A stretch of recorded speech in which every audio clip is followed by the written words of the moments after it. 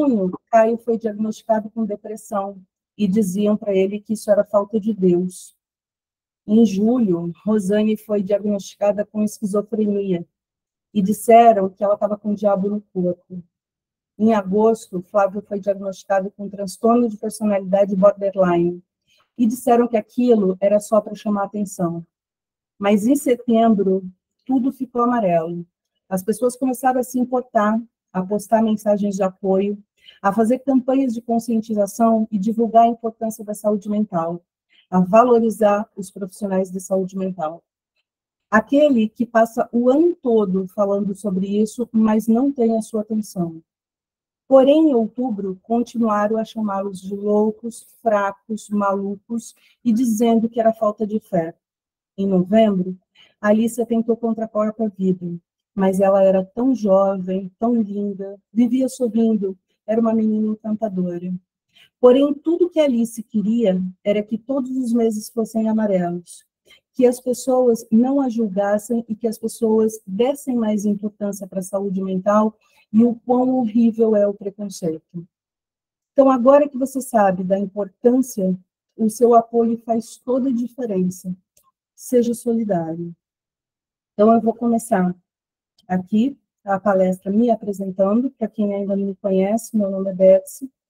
Eu sou formada em psicologia, eu atuo há mais de 27 anos na área clínica. Eu sou professora de neurociências do curso de hipnose da Universidade de Mileia. Eu sou palestrante, mestranda em psicologia criminal com especialização em psicologia forense, sou pós-graduanda em criminologia, eu tenho MBA em gestão e desenvolvimento de pessoas, especialização em terapia sexual clínica, pós-graduada em terapia cognitiva comportamental, especialização em supervisão, pós-graduação em neuropsicologia, psicodiagnóstico e psicopedagogia e formação em hipnose clínica. Eu também sou terapeuta em dependência química e atuo como perita judicial e extrajudicial. Como que surgiu essa campanha? Essa campanha, ela deu início em 1994 com a história do Mike nos Estados Unidos. Mike era um garoto de 17 anos e ele tinha um Mustang amarelo.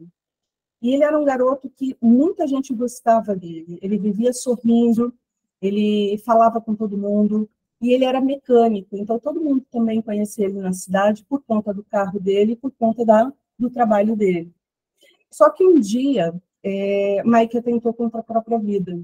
Como as pessoas ficaram muito sensibilizadas com a situação, as pessoas no velório do Mike, elas fizeram uma cesta com vários papeizinhos escritos, se precisar, peça ajuda, com uma fita amarela. Então, no velório do Mike, essas fitas foram distribuídas. E aí, em 2003, a OMS instituiu 10 de setembro para ser o Dia Mundial da Prevenção do Suicídio. A OMS, ela definiu o suicídio como um ato deliberado, executado pelo próprio indivíduo, cuja intenção seja a morte de forma consciente, intencional, mesmo que ambivalente, usando um meio que ele acredita ser letal. O que quer dizer mesmo que ambivalente? A pessoa, às vezes, ela não tem a vontade de pôr fim à própria vida. O que ela pensa naquele momento é em colocar um fim para aquele sofrimento insuportável. Desde 2015, o Setembro Amarelo foi adotado no Brasil pelo Centro de Valorização da Vida, o Conselho Federal de Medicina e pela Associação Brasileira de Psiquiatria. No dia 10 de setembro, é que a OMS determinou que seria o Dia Mundial da Prevenção do Suicídio. Quando a gente fala em Setembro Amarelo, é uma campanha em favor da vida, é uma campanha de prevenção. Nós aqui no Brasil, a gente adotou o mês de setembro como o mês de Setembro Amarelo, mas o dia é hoje, e é muito interessante a gente fazer isso no dia, para a gente lembrar sempre dessa data. Uma pesquisa no Suicide Worldwide, em 2019, mostrou que 700 mil a 800 mil pessoas morrem por suicídio no ano, tá? E essa pesquisa, ela é de 2019. Estima-se que essas taxas tenham aumentado até hoje. Qual é a faixa etária, era a faixa etária em 2019? De 15 a 29 anos. Hoje, a gente tem uma faixa abaixo disso. A gente tem crianças de 9, 10 anos cometendo suicídio. Isso se deve também, né, aos fenômenos da comunicação, né, das redes sociais, que há pouco tempo atrás teve o jogo da baleia azul, né, que foi caso verídico, isso aconteceu mesmo, e que acabou com a vida de algumas pré-adolescentes, de alguns adolescentes. Se a gente for separar isso aqui em nível Brasil, a gente tem São Paulo como primeiro estado, a gente tem Minas Gerais como segundo e terceiro, Rio Grande do Sul. Se a gente for ver 12,6 a cada 100 mil homens, é muita coisa. É uma morte para cada 100 pessoas. 79% dos suicídios no mundo, né, são cometidos por... caíram, aliás, desculpa, 36% nos últimos 20 anos, mas no Brasil isso continua aumentando, essas taxas. O Brasil é o 8º país no ranking mundial. Dentro dessa perspectiva toda, a gente tem também uma taxa muito vulnerável, que é o LGBTQIA+, APN, né? São pessoas em estado de vulnerabilidade que aumentam 7 vezes esse número. O percentual de notificação da violência autoprovocada por sexo, aqui no Rio de Janeiro, de março a junho, entre 2019 e 2020, é o que aparece aí nesse gráfico para a gente. 70%, 73% do sexo feminino, 26,33%, e no dado mais avançado, né, mais para frente, 70% das mulheres e 29,94% de homens. A gente tem também esses dados quando a gente está falando da faixa etária, que é quando eu falei que ela diminuiu, né, de 10 a 14 anos, de 15 a 19, onde a faixa mais suscetível, mais vulnerável, é dos 20 aos 39 anos, e depois a gente tem ali 40 a 59, mas a gente tem 60 acima. O suicídio entre os idosos também é alguma coisa muito falada dentro da área da saúde mental.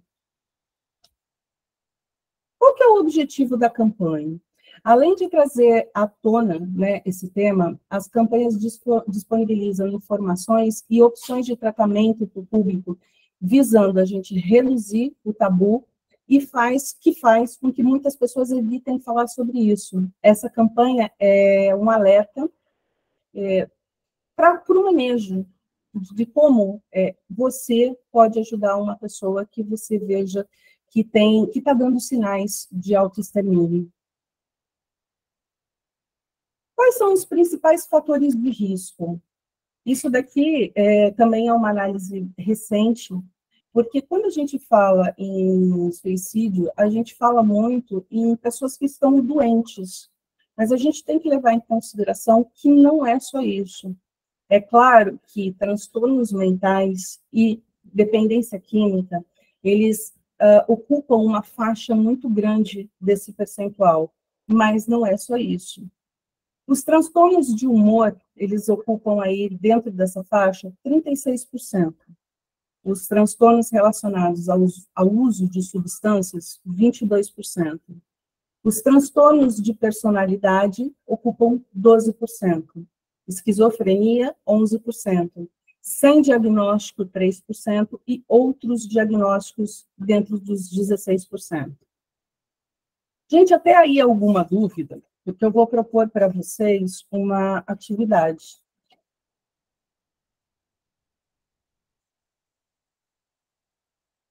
Alguma dúvida? Elaine, você está com a mão levantada. Tem alguma dúvida? Quer fazer alguma pergunta? Sim, tenho sim. Pode Então, falar. doutora, eu sou psicanalista, estou dentro do Instituto IDAS, tá? O Instituto de Desenvolvimento Socioemocional.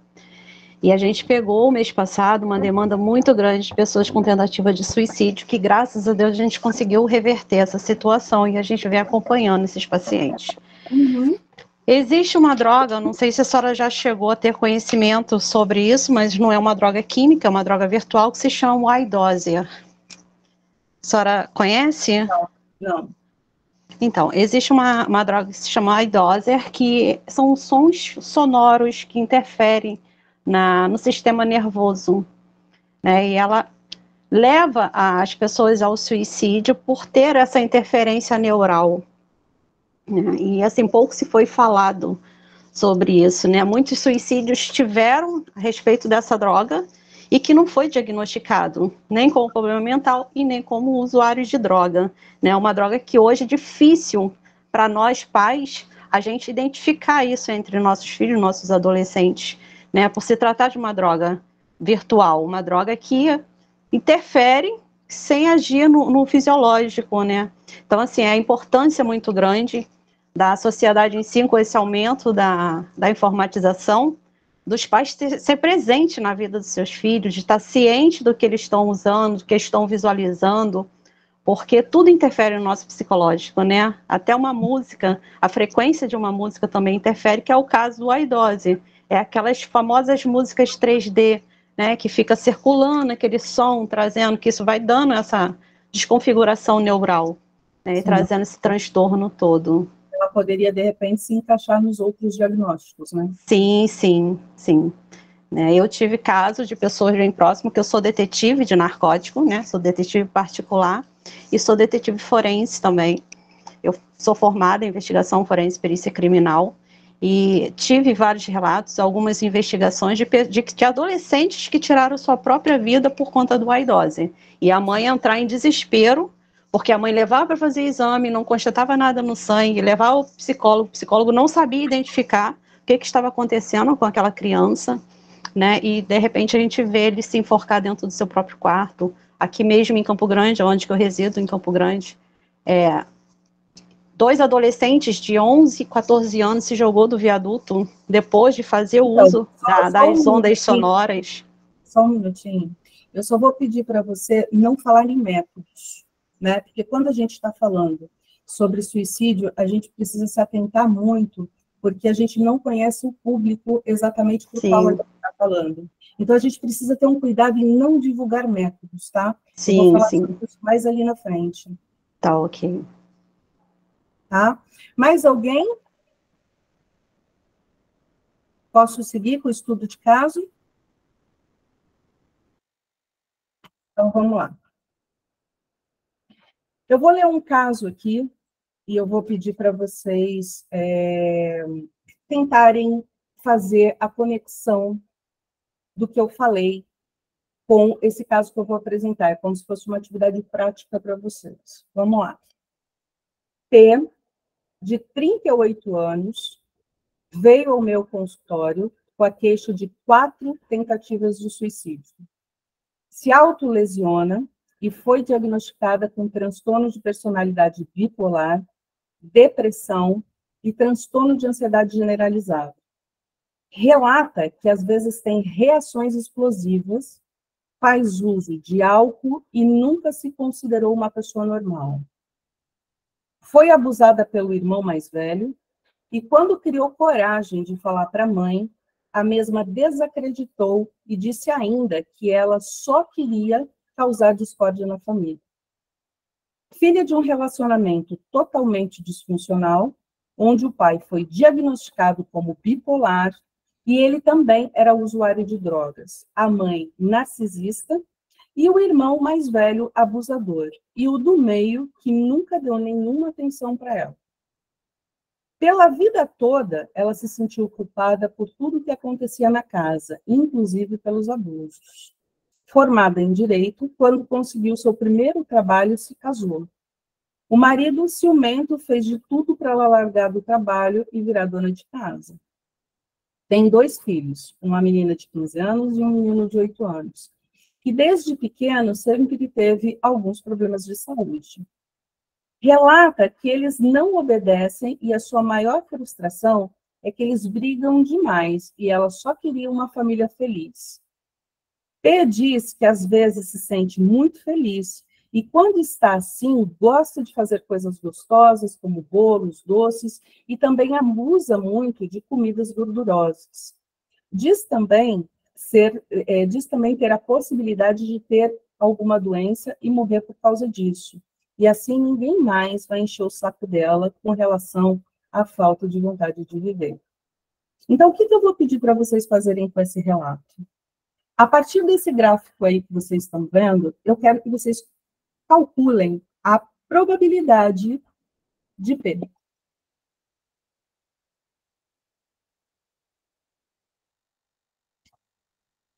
Ela tem, repetindo, transtorno de personalidade borderline, depressão, se encaixa em outros diagnósticos e ainda tem a dependência química. Qual é a porcentagem? Pode arriscar, tá, gente? Pode chutar. A gente está aqui para aprender.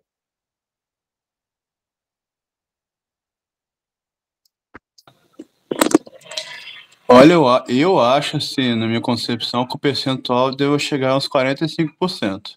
Por que você chegou a essa conclusão? Vamos lá. Como é que eu posso te explicar?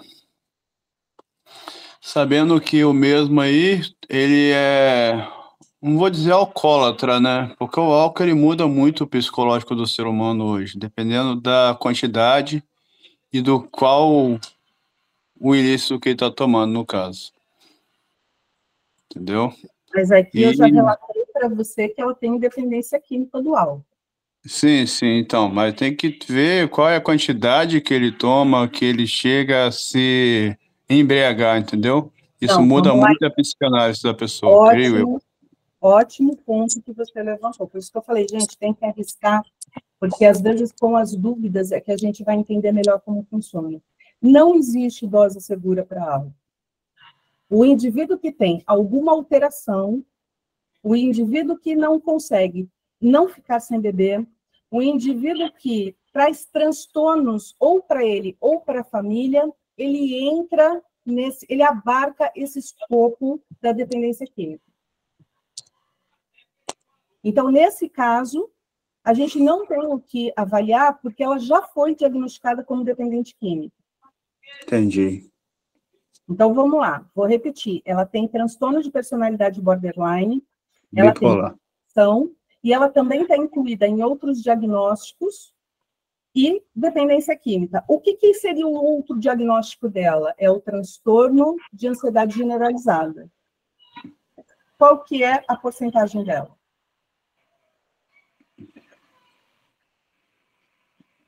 É, 50%. Por que você chegou a essa conclusão? Não, estava fazendo o cálculo aqui pelo gráfico, e a gente sabe que o fato dela ter um transtorno de personalidade já traz junto uma questão de impulso, né? Ser uma pessoa mais impulsiva. E aí, uma pessoa impulsiva fazendo uso de substâncias, seja álcool, drogas, isso acaba tornando uma propensão maior, por exemplo. E outros diagnósticos, se for, por exemplo, ansiedade ou depressão, então acaba agravando ainda mais. Olha só, vamos lá. O transtorno de personalidade, ele faz com que a pessoa seja mais impulsiva. Ok, mas não é só o transtorno de personalidade que é um sintoma, que tem como sintoma a impulsividade. Um transtorno de ansiedade também tem, um TDAH também tem, uma esquizofrenia também tem, alguns transtornos de humor, como, por exemplo, a depressão, em algum momento pode ter, e o transtorno da dependência química também tem a impulsividade como sintoma. Então, tem mais coisa aí para a gente considerar. Oi, eu queria dar uma resposta, mas eu não sei se vai estar... Vocês não precisam... Posso errar. Pode errar. Eu, com o relato que a senhora nos passou, eu ia dizer 50, aí depois a senhora falou, eu raciocinei um pouquinho mais, eu acho que ela tem uns 80% de percentual aí porque bem alto, porque ela já está bem quase no homicídio, bem tomada.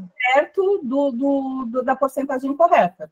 Qual foi a sua linha de raciocínio? Só somar os de raciocínio, eu quase ia falar 98, eu ia falar um bem para cima, né? Eu estou pegando leve, porque, assim, pelo relato de tudo, ela é uma pessoa já totalmente tomada mentalmente. Ela já não tem uma estrutura psicológica boa em relação a tudo. Ela já vem, desde muito tempo, adquirindo psicologicamente traumas.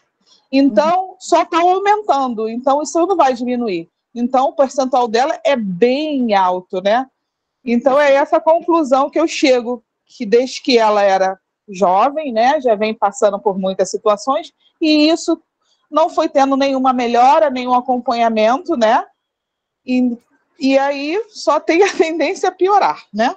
Como Perfeito. ela falou, relatou no final que ela quer morrer para isso tudo acabar. Então, para ela, já está 100% de tomada psicologicamente.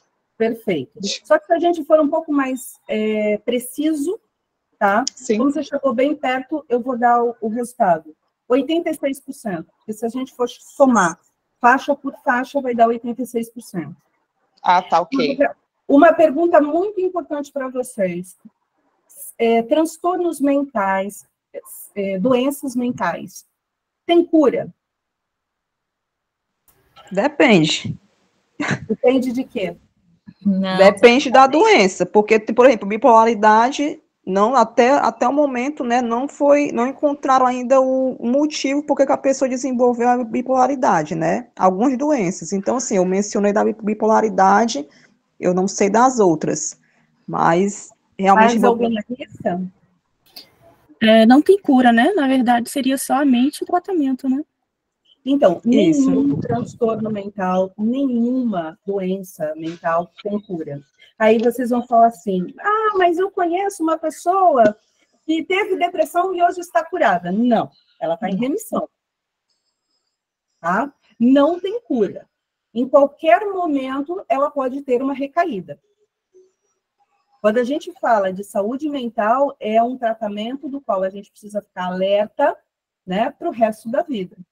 Esse caso que eu relatei, é lógico que eu troquei aqui algumas informações, de uma paciente que eu atendi no consultório, tá? Ela não atentou contra a própria vida, hoje ela está muito bem, hoje ela vive quase sem nenhuma medicação. Eu tenho também uma paciente que tem transtorno de bipolar, que ela hoje também está sem medicação, porque ela está num período onde a doença não está falando mais alto do que ela já aprendeu com a terapia a controlar algumas coisas, mas segue em tratamento psicológico, tá? Mas os remédios ela toma só quando ela realmente percebe que ela está precisando. A gente chega a um consenso. Bom, acho que agora você precisa procurar um psiquiatra. E ela vai, procura, toma o tempo que precisa e depois vai fazendo o desmame. Então, nenhum transtorno mental tem cura. Tem uns que você vai precisar ter uma atenção mais especial para ele, e tem outros que você vai poder dar uma relaxada em algum momento da vida. Alguma pergunta até aí, gente? Boa noite, doutora. E quando ocorre internação no meio? A pessoa fica 30, 60, 90 dias internada, sai, aparentemente ela também acha que melhora, e do nada ocorre um gatilho e volta tudo à tona para ela. Então, vamos lá, olha só. A internação, ela pode ser voluntária e involuntária. Quando que a internação é compulsória? Quando o indivíduo apresenta risco de vida para si ou para outra pessoa. Então, esses são os casos onde a pessoa vai ser internada. E aí, ela pode ficar 3, 6... Eu conheço pessoas que estão internadas há 2 anos. Né? Varia muito do tratamento que é feito, da condição daquele paciente, do protocolo que vai ser adotado, porque cada um é individual. Agora, se a gente acabou de falar que doença e transtorno mental não tem cura, só tem tratamento, então o que vai acontecer? Essa pessoa vai receber alta, mas não significa que ela não deve continuar sendo assistida. Ela vai receber alta da internação. E aí ela vai continuar em tratamento e, caso ela precise, ela retorna a uma internação ou não. Correto. E como os colegas de trabalho pode ajudar nisso? Tá. Isso eu vou falar um pouquinho mais ali na frente. Tá bom. Mas eu vou falar como que não só os colegas, mas a família, todas as pessoas podem acabar ajudando. Mas, de antemão, eu vou adiantar uma coisa muito importante. Como a gente pode ajudar alguém? Não tendo preconceito, não julgando. Às vezes, a nossa experiência é muito diferente da experiência do outro.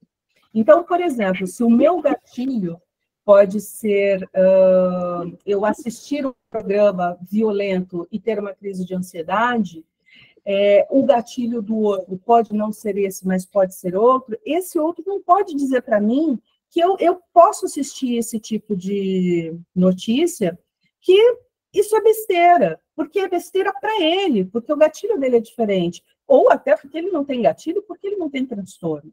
Mas se para mim isso é um problema, eu preciso ser respeitado.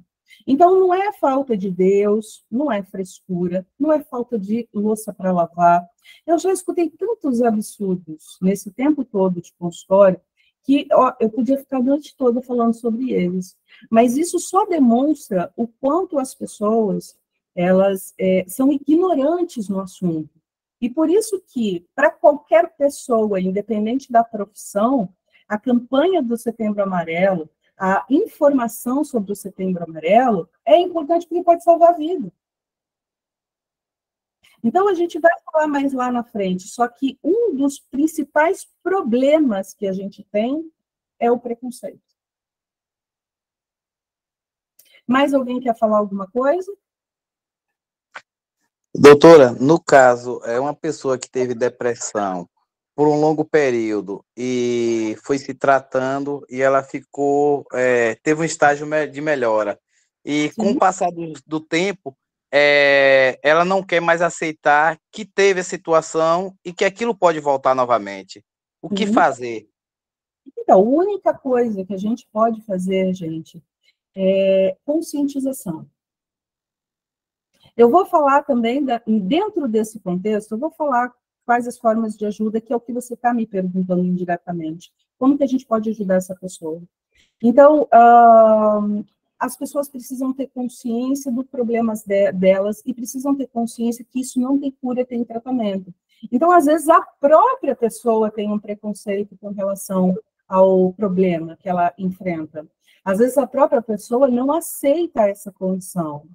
Ah, não, eu tive depressão, mas eu fui viajar, eu melhorei. Não, você não teve depressão. Você podia estar deprimida, foi viajar e melhorou. Agora, ter a doença depressão, infelizmente, a gente não tem cura para ela. A gente só tem tratamento. Mais alguém levantou a mão aí? Não? Então, posso... Oi, doutora. Oi.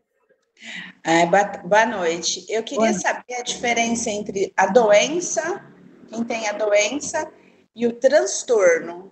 Ok. Doença, o próprio nome já diz, a gente está doente, a gente fica doente. Transtorno é aquilo que causa um transtorno. Então, por exemplo, todo mundo tem ansiedade. Essa é uma emoção que é normal para a gente. Só que, quando a minha ansiedade ela é muito alta, ela causa prejuízos para a minha vida, aí ela é determinada como um transtorno. Um transtorno. A doença seria algo mais grave? Sim, a doença eu vou precisar de medicamentos como eu preciso, por exemplo, para diabetes e para hipertensão. Diabetes e hipertensão é uma Uma doença. coisa constante. Isso. O transtorno, dependendo do transtorno, eu vou poder fazer o uso da medicação durante um tempo limitado, depois eu posso desmamar e ficar sem a medicação, porque eu tenho um transtorno. A doença, eu vou ter que viver controlando ela para que ela não evolua. Tá bom, obrigada, doutora. De nada. Mais algum ou posso seguir? Então, vamos lá. Vou dar mais um estudo de caso aí para vocês. Paciente L, de 50 anos. Casada, tem uma filha de 26 anos. Sempre teve problemas com álcool, apesar de nunca ter admitido que era alcoólatra. Veio ao consultório após ser internada pela filha por causa disso. Ela disse que armaram a situação para que ela fosse internada, porque ela não estava tão bêbada assim. Mas na internação, ela teve uma crise de coluna e conseguiu sair de lá porque não tinha remédio para a coluna. O problema dela não era psiquiátrico naquele momento, era da coluna. Ela primeiro precisava tratar a coluna para depois retornar para o tratamento do álcool. Ao ir para o hospital normal, acabou conseguindo voltar para casa. Ele relata que após a descoberta da traição do marido, ela ficou muito deprimida e passou a beber mais. Foi diagnosticada com depressão, mas parou o tratamento porque os remédios deixavam ela muito mole. E, além de tudo, ela não podia misturar eles com a bebida.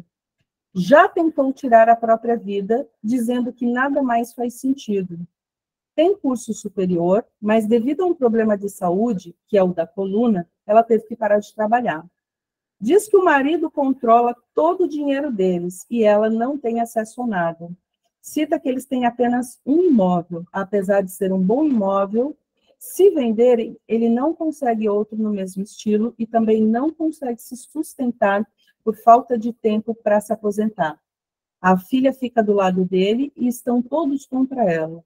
Relata que depois que soube da traição, começou a paquerar, mas não consegue encontrar ninguém que tenha as mesmas condições financeiras do que ela, e não consegue ver uma saída.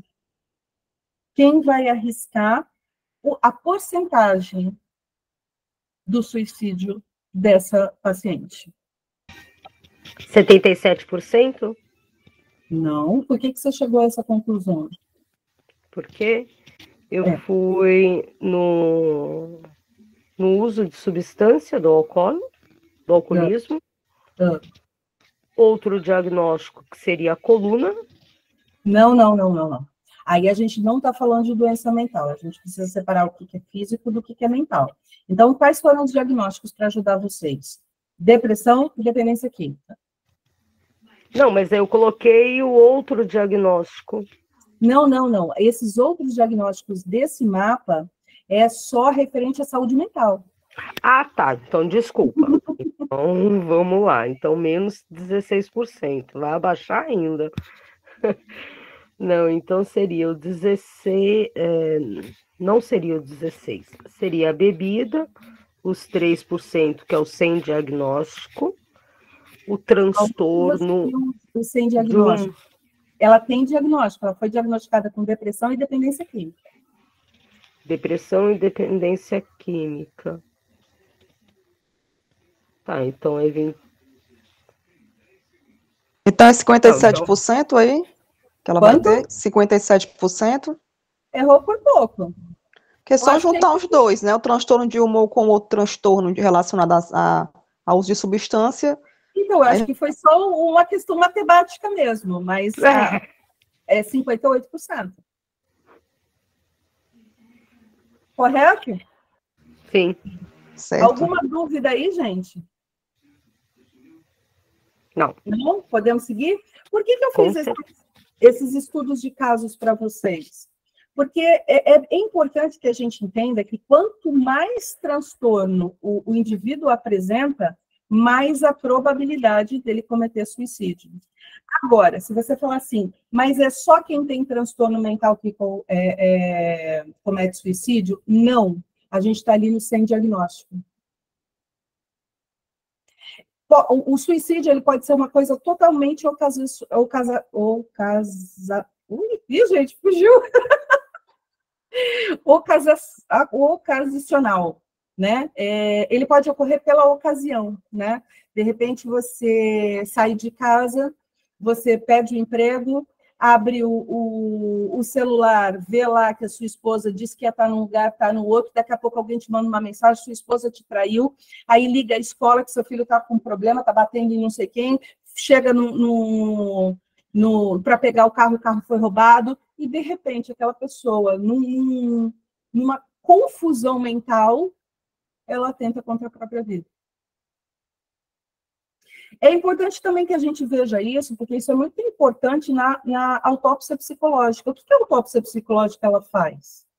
Ela vê a vida pregressa do indivíduo para entender se aquilo é um suicídio ou um homicídio. Então, se ele tem todos esses potenciais, aquilo está característico de suicídio, a gente tem uma pista a mais para trabalhar. Então, vamos seguir aqui. Isso aqui é uma estatística de pacientes internados numa clínica psiquiátrica. Dos 324 pacientes internados do dia 1º de janeiro a 1º de agosto de 2019, 25% deles eram com tentativa de suicídio, planejamento e ideação suicida. Então, isso daqui é numa clínica aqui no Rio de Janeiro. Quais são os principais fatores de proteção? Então, o que a gente pode fazer, né, quando a gente vê que aquela pessoa, ela está com problemas, né? Então, nós somos amigos dessa pessoa, nós somos parentes, nós trabalhamos com essa pessoa. Então, o que a gente deve fortalecer aí?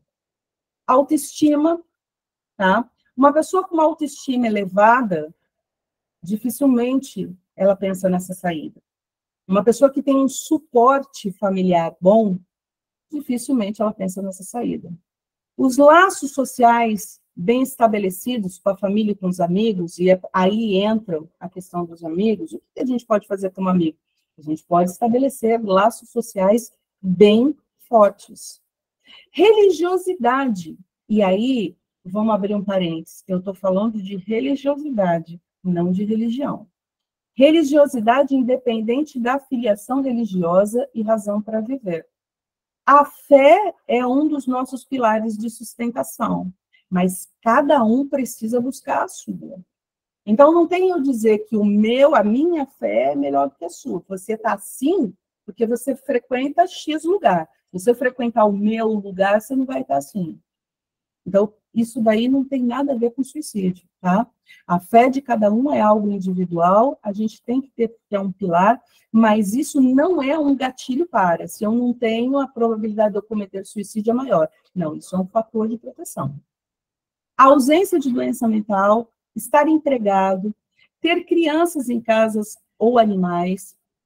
Existe uma pesquisa de que os animais, eles são muito importantes para a gente enquanto proteção, porque os animais, eles liberam um hormônio chamado ocitocina. A ocitocina é conhecida como o hormônio do amor. Então, quando você abraça um cachorro, quando você abraça um gato, quando você abraça o seu animal de estimação, por ele ser um animal, ele ser irracional, ele não ter julgamento, ele consegue fazer com que a gente se sinta melhor. E é claro, eu estou falando isso para quem gosta de animal, né? Ele consegue fazer com que a gente se sinta melhor. Eu acho que quem tem animal aí deve ter um pouquinho da consciência do que eu estou falando agora. O senso de responsabilidade com a família, a gravidez desejada e planejada. A gravidez também pode ser um grande fator de risco para suicídio quando a gente fala de puerpério, né? De suicídio e de homicídio, quando a gente fala de puerpério. Então, a gravidez, ela precisa ser desejada, ela precisa ser planejada. A gente fala, isso foi um acidente. Desculpa, mas sendo da área da saúde, eu não considero a gravidez um acidente. Eu posso considerar a gravidez uma falta de responsabilidade para quem não quer, mas acidente não, né? Então, se você cometeu um ato irresponsável, você precisa arcar com essa responsabilidade, sendo você querer tirar ou não, e aí é uma decisão que a gente vai estender para quem é o dono da dor, né? Não cabe a gente julgar. Senso de responsabilidade com a família, já foi. Capacidade de adaptação positiva e capacidade de resolução de problemas. Então, quanto mais a gente trabalha a nossa capacidade de adaptação na vida, quanto mais a gente trabalha a nossa capacidade de resolução de problema, melhor a gente consegue lidar com as adversidades da vida. Isso são coisas, são habilidades que às vezes a gente não nasce com. Muitas habilidades a gente pode desenvolver. E a ferramenta para você desenvolver algumas habilidades é a terapia. A terapia, ela serve tanto de uma forma preventiva quanto de uma forma tratativa, tá? O tratamento. Como é que a gente trata essas questões em âmbito em âmbito profissional? A TCC, que é a terapia cognitiva comportamental, ela tem um foco na prevenção do suicídio para pacientes com histórico de violência autodirigida, agindo em tempo de reduzir futuros incidentes. Por quê? Existem várias linhas dentro da psicologia, tá? Mas a TCC, ela tem um modelo um pouco mais estruturado, um modelo que permite que a gente consiga algumas soluções num tempo um pouco menor do que outras linhas de atuação. Então, a linha mais indicada para tratar esse tipo de paciente é a TCC. A gente trabalha também com terapia farmacológica, que ajuda a reduzir esse risco. A gente trabalha com a identificação colaborativa de apoio social, que inclui amigos, familiares que ajudaram essa pessoa no passado. E a internação involuntária, naquele caso que eu falei. Se por acaso esse indivíduo oferece risco para outra pessoa, para ele mesmo, ele não consegue responder por ele naquele momento, ele vai precisar de uma internação. Qual a importância da família? Como que a família e os amigos podem ajudar? Então, foi aqui que eu falei, a gente vai ver formas de estar ajudando essas pessoas. A primeira forma, e a mais importante e a mais eficaz, é conversar com essa pessoa, ouvi-la sem julgamento. Às vezes, a pessoa precisa desabafar. Ela precisa desabafar sem se sentir mal de estar falando aquelas ideias, por mais absurdas que elas possam parecer. E a gente, quando está escutando isso, a gente não pode opinar no sentido de, mas você é tão bonita. Gente, o que é que muda, né? Uma pessoa ser bonita ou feia na hora que ela vai cometer um suicídio. Ah, mas você tem de tudo. É uma doença extremamente, uma doença não, é uma tentativa extremamente democrática. Ela atinge pessoas ricas, pessoas pobres, pessoas brancas, pessoas pretas. Não tem como a gente separar isso e colocar isso como se fosse um privilégio daquela pessoa, né? Então, você não pode se matar porque você é branco, você não pode se matar porque você é rico. Então, a gente tem que aprender a escutar e guardar os nossos julgamentos. A gente pode ajudar acompanhando essa pessoa, né? Acompanhando em que sentido? Não só acompanhando a buscar uma ajuda, mas também acompanhando quem mora com essa pessoa. Então, de preferência, tirar, né, as coisas, os meios de acesso, fazer com que essa pessoa possa ir a outros lugares, acompanhar no sentido integral da palavra.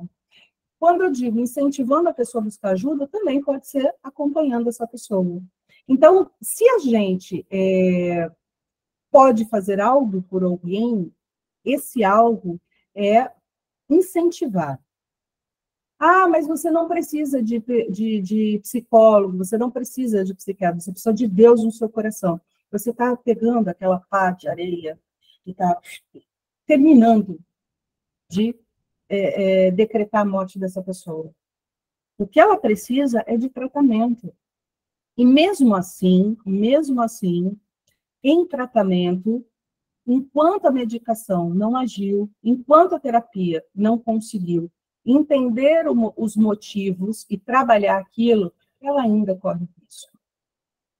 Se oferecer para acompanhar um atendimento, proteger.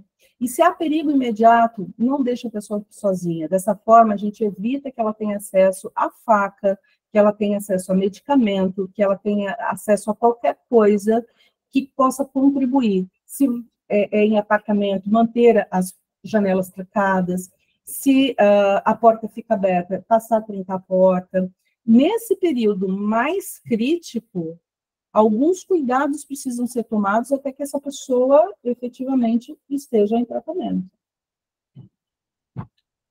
Quais os sinais verbais diretos? Então, a gente fala assim, ele se matou do dia para a noite. Não, não foi. Essa pessoa, ela costuma dar sinais. Mas eu tenho que ficar prestando atenção no discurso de todo mundo e quando alguém falar alguma coisa dessa lista aqui, eu já começo a me preocupar. Então, quando alguém falar alguma coisa dessa lista aqui, o que a gente tem que fazer? A gente tem que ficar mais antenado. A gente tem que perguntar, está acontecendo alguma coisa? Você precisa de algum tipo de ajuda? Eu posso te ajudar de alguma maneira? Você quer desabafar? Então, sinais verbais diretos. Eu quero morrer. Eu gostaria de estar morto. Vou me matar. Se isso acontecer novamente, prefiro estar morto. A morte vai resolver essa situação. Se ele não me aceitar de volta, eu vou me matar. Quero sumir, não aguento mais, só morrendo mesmo para acabar com tudo isso. Agora, tem alguns sinais que eles são indiretos, né?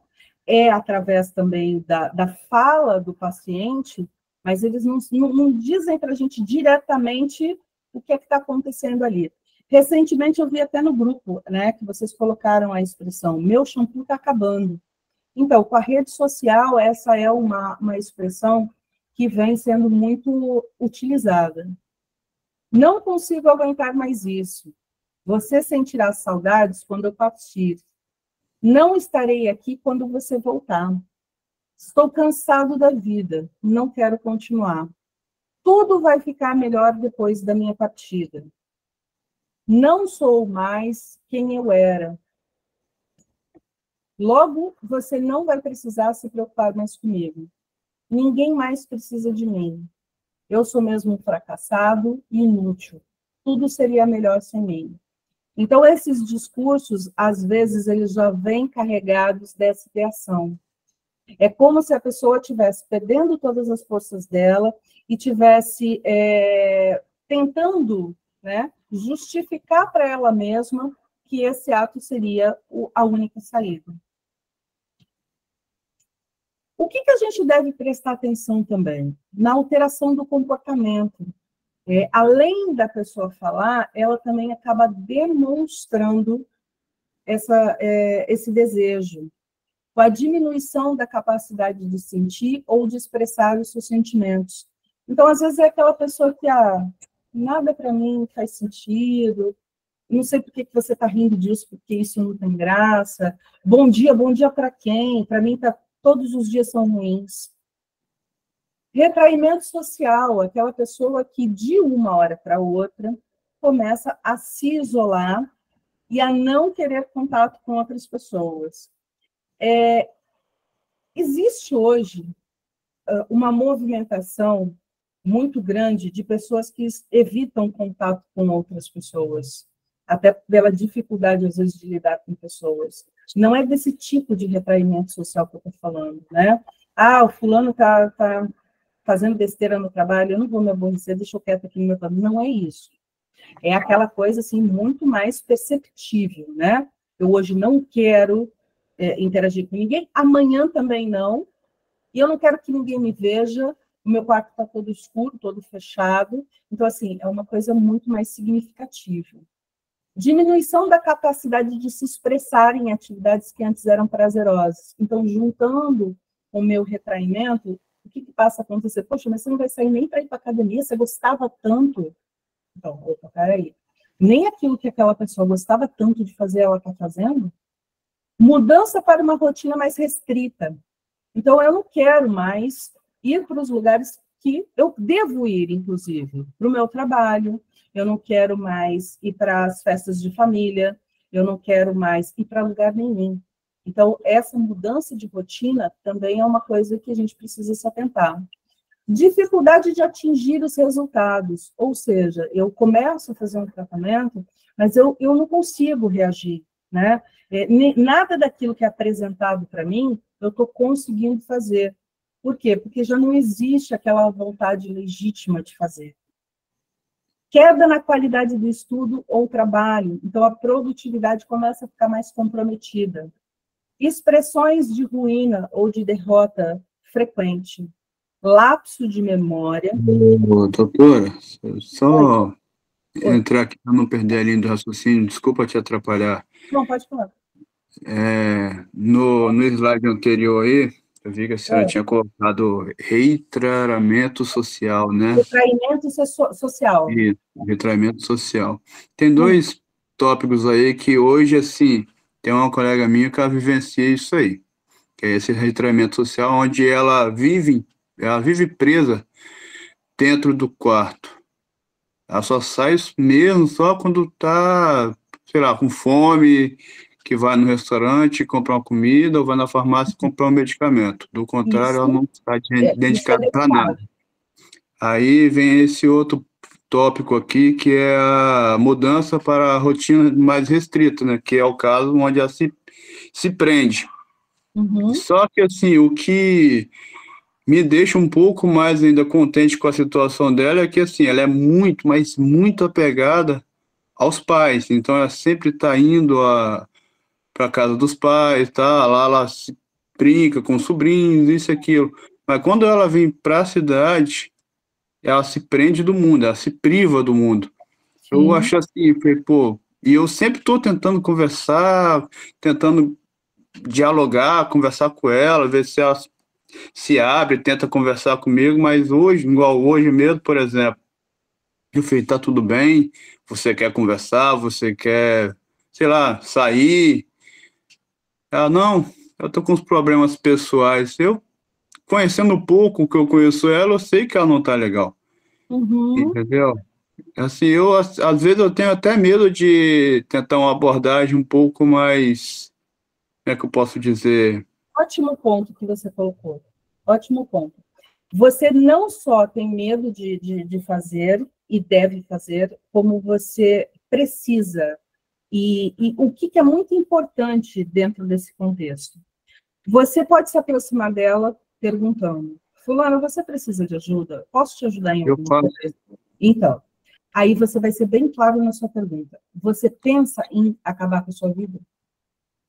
Já perguntei isso para ela. Ela, assim, ela meio que se privou. Ela não me respondeu. Então, a falta de resposta já é uma, né? De tanto que, assim, não desculpa. quero dizer que ela seja capaz de fazer isso, mas eu quero dizer, é um sinal muito forte de alerta. De tanto que, assim, recentemente ela sofreu um acidente de carro. Aí eu, falei, cara, dizendo ela que a culpa não foi dela, o cara bateu nela. Mas uma pessoa que já tem, é uma mente já assim, não vou dizer fraca, mas uma pessoa que já tem um pensamento desse modo, ela não pode estar andando sozinha de jeito maneira, muito menos dirigindo. Não poderia, não deveria. Mas ela vai, igual assim, por isso que eu tô falando para a senhora, ela vai para casa dos pais dela que mora muito longe da cidade, assim, muito longe assim em termos, mais ou menos uns 110 quilômetros, mais ou menos. Sim. A gente, infelizmente, não manda em adulto. A gente não tem esse poder, né, de falar, olha, você vai fazer um tratamento sim, e essa pessoa, tudo bem, então eu vou fazer um tratamento, você mandou. Mas a gente deve sempre tentar. Então, o que você está fazendo é uma tentativa. E sim, você deve continuar tentando. Se possível, conversa com os pais dela, já que ela escuta tanto os pais, conversa com o irmão, com o marido, com pessoas mais próximas. Não, é uma pessoa solteira, ela mora só mesmo, literalmente. E os pais? Ela não, se você conversar com os pais, você acha que ele não resolve? Ela, assim, eu já tive uma conversa com ela um bom tempo atrás, tal. Ela falou que já teve uma depressão, mas foi devido a um relacionamento que ela teve, eu acho que abusivo, algo do tipo.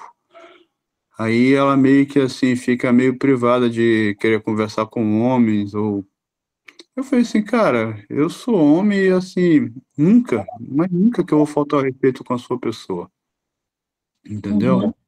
Pois é, então já é um forte indício, né? Ela já teve depressão e provavelmente ela está em depressão novamente. E difícil, assim, ela até arrumou um namorado recentemente, eu acho que provavelmente deve ter feito alguma merda e ela voltou, assim, a essa tona de novo, né? Uhum. Então, o que você pode fazer, pelo que você está falando, você está fazendo, né? Agora, se realmente houver aí uma tentativa, a única saída vai ser uma internação.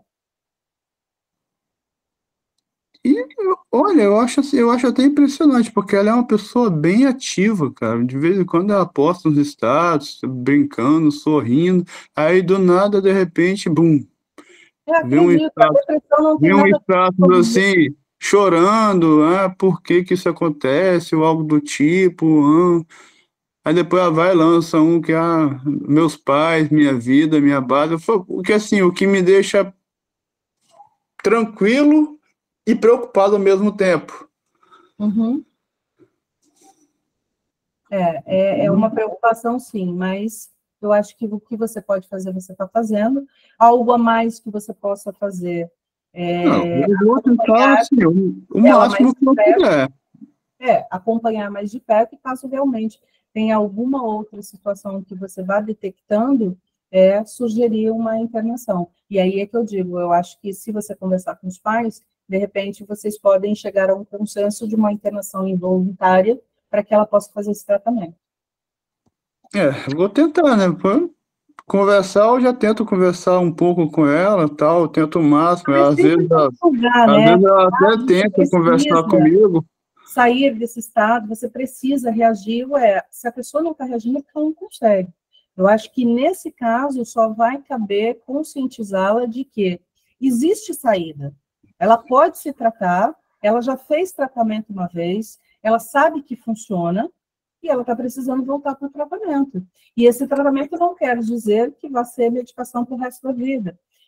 Ela pode fazer um tratamento pontual com a medicação e depois seguir com terapia. O meu medo é que, assim, às vezes eu vejo ela indo para farmácia, ela passa assim, em frente à loja onde eu trabalho. Eu vejo ela indo para farmácia e comprar medicamento. Eu falei, cara, se essa mulher comprar um medicamento dentro de casa sozinha, toma, ela não morre, ninguém vê, porque mora só. Então, você pode falar, olha, fulana, desculpa, né, eu me intrometi na sua vida, mas é que eu realmente estou muito preocupado e toma cuidado, né, esses medicamentos que você está tomando, eu não sei se você está sendo acompanhada pelo médico, se você quiser um acompanhamento, eu vou com você, aí você pode tomar uma medicação que seja realmente correta para o seu diagnóstico, enfim, é o que dá para ser feito. Então, como eu falei do acidente, ela bateu a cabeça, né? Então, o que me preocupou um pouco mais também. Uhum. Sim, entendo sua preocupação e é legítima, né? Porque ela apresenta aí bastante coisa. Vamos seguir aqui, gente. Mas Então, obrigado pelas informações, tá? Desculpa lapso de atrapalhar a memória, aula. hipersonia ou hipossonia, expressão de ganho ou perda de peso. A pessoa começa a dormir muito, começa a dormir pouco, começa a ganhar peso, começa a perder peso, começa a ter alterações no comportamento, começa a usar álcool, droga, o aumento da reatividade emocional, a culpa, a vergonha e a cobrança por não atingir expectativas e automutilação. Então, essas são as alterações do comportamento que a gente pode perceber. Aonde procurar ajuda? Tentativa de suicídio é uma emergência médica. Então, essa pessoa precisa ser atendida em primeira instância por um médico, não é nem pelo psicólogo.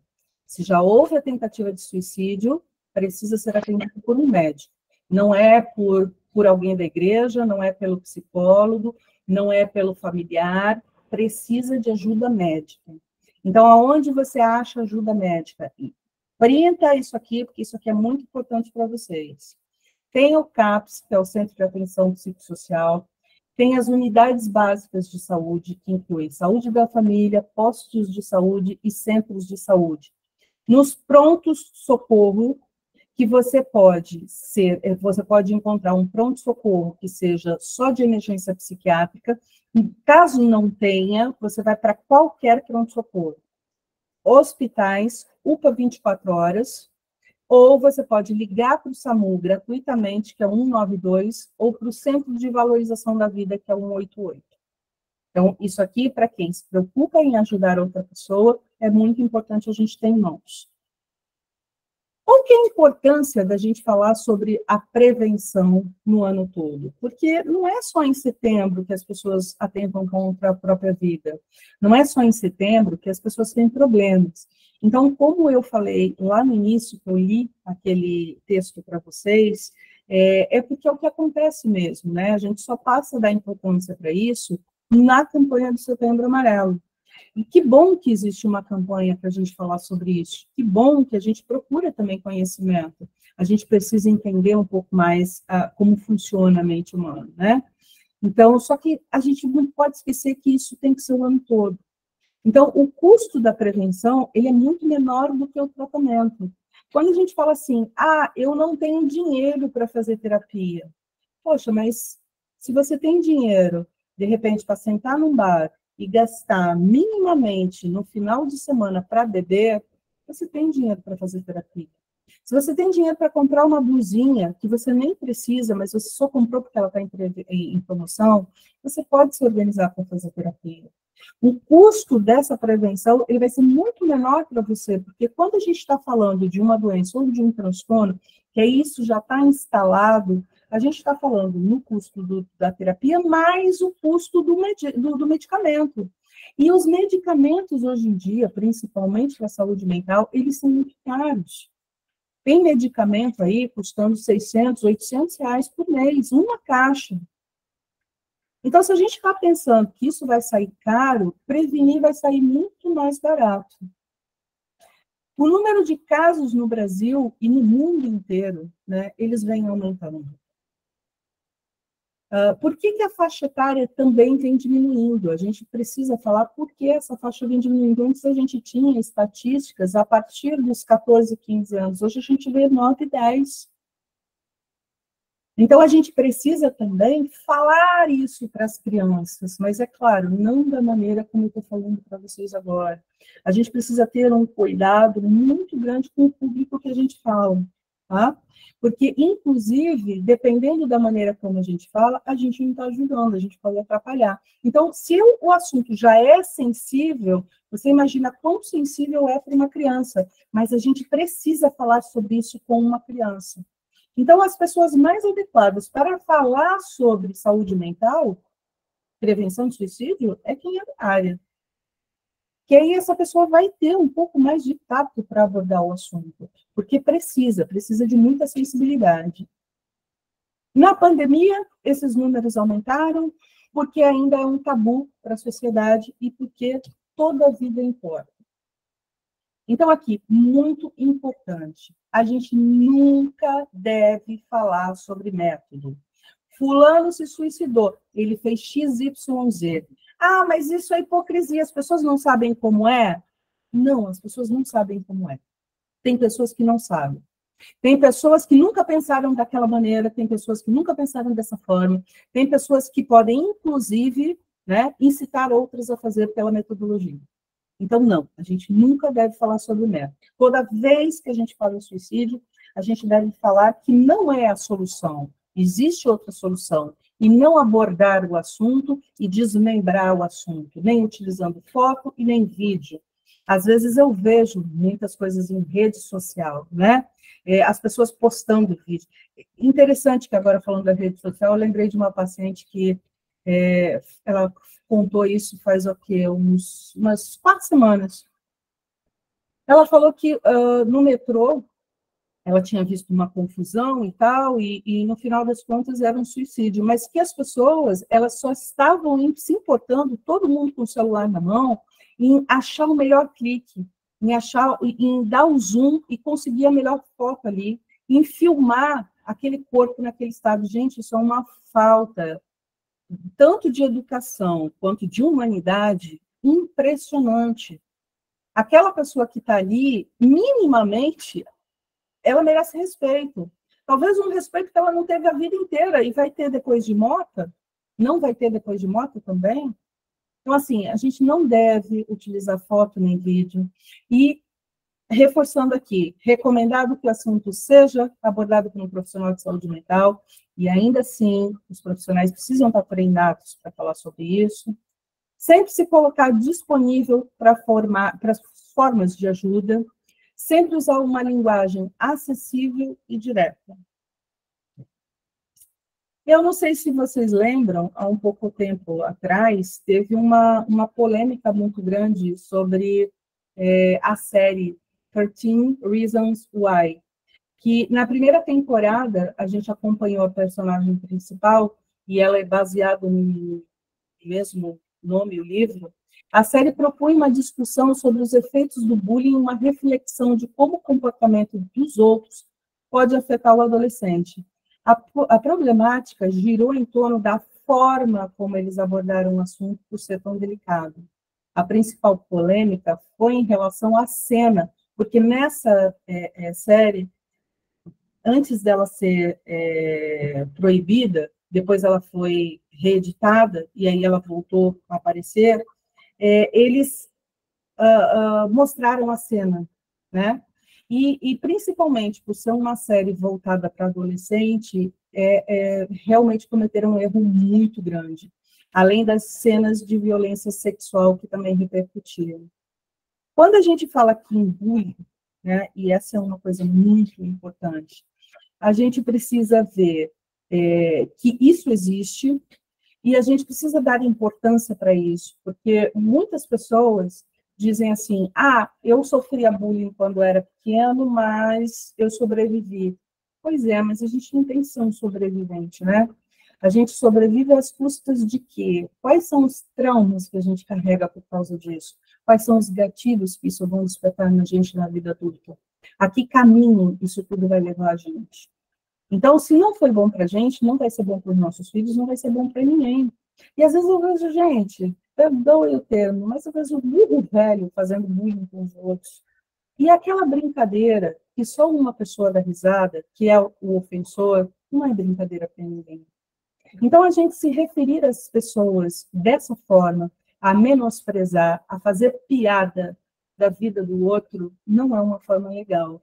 Então, o bullying, ele tem crescido, muito pelo contrário, a gente pensa, mas isso não acontece mais, porque na minha época não tinha informação, agora tem. Não, ele continua acontecendo muito mais.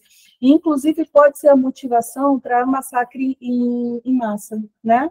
Então, assim, a gente precisa dar uma atenção especial para o bullying, porque ele acaba desencadeando muitos transtornos e acaba, dentro daquele mapa que a gente viu, somando um ao outro e acabando numa situação trágica.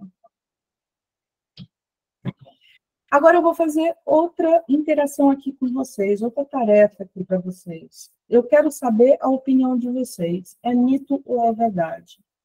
Pessoas que se matam não avisam ninguém? Quem arrisca? É mito. Mito. É mito. Isso aí. É mito. As pessoas dão sinais, às vezes sinais verbais, às vezes sinais comportamentais, tá? Existe ambivalência entre viver e morrer. As pessoas, muitas vezes, elas não desejam morrer, mas elas desejam uma saída diferente, uma vida diferente, uma saída do seu sofrimento. Isso é mito ou é verdade? Verdade. Verdade. Isso aí.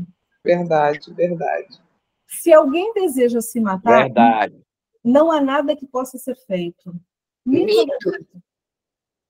Mito. Mito. Mito. Isso aí. Falar sobre suicídio pode encorajar outras pessoas. Mito ou verdade? Depende da forma como é falado. Sim, mas vamos colocar a condição de que falar sobre suicídio de uma forma correta é o que a gente está falando aqui. falar sobre suicídio de uma forma correta pode encorajar outras pessoas? Mito. Com certeza. Ok. Eu também acho que é mito. É mito, é isso aí. Quem só fica tentando o suicídio não vai se matar realmente. Mito ou verdade? Mito. Mito. Mito. Inclusive, tentativas prévias Mito. podem já ser um fator de risco, né? Com Então, certeza. tentativas prévias é um fator de risco muito grande, porque a pessoa tenta uma vez, ela não consegue, ela já sabe que daquela forma ela não vai conseguir, aí ela se aperfeiçoa. Ela tenta tanto até a hora que ela realmente consegue. Crianças também cometem suicídio? Mito ou verdade? Verdade. Verdade. Verdade. Verdade. Manter meu filho em casa protege ele? Mito. Mito. Mito. É mito.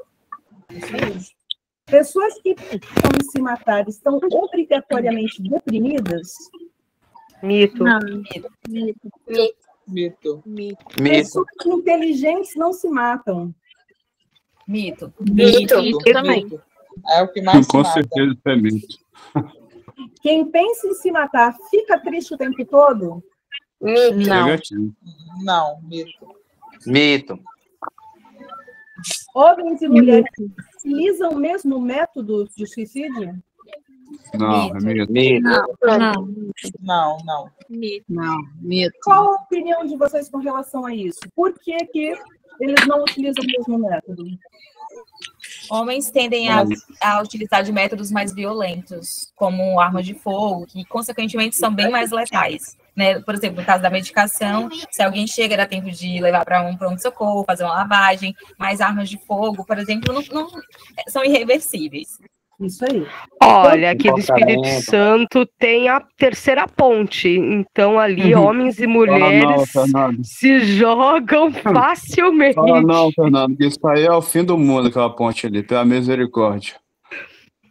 Ali é o mundo sem volta. E a gente está falando de estatística, né?